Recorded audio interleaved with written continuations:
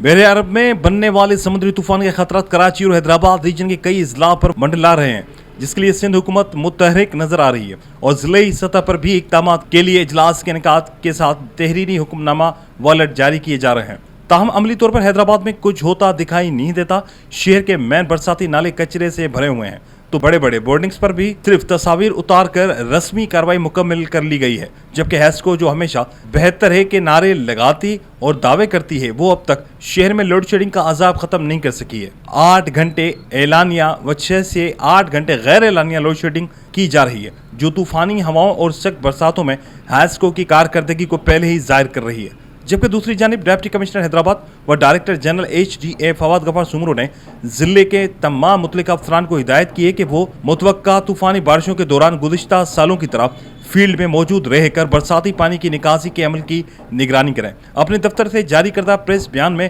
उन्होंने कहा कि सूरत-ए-हाल का जायजा लेने और अवामिल नास को परेशानी से बचाने के लिए तमाम मुतल्लिका अफसरान व अमला संजीदगी और लगन से अपने फ़राइज़ अंजाम दें।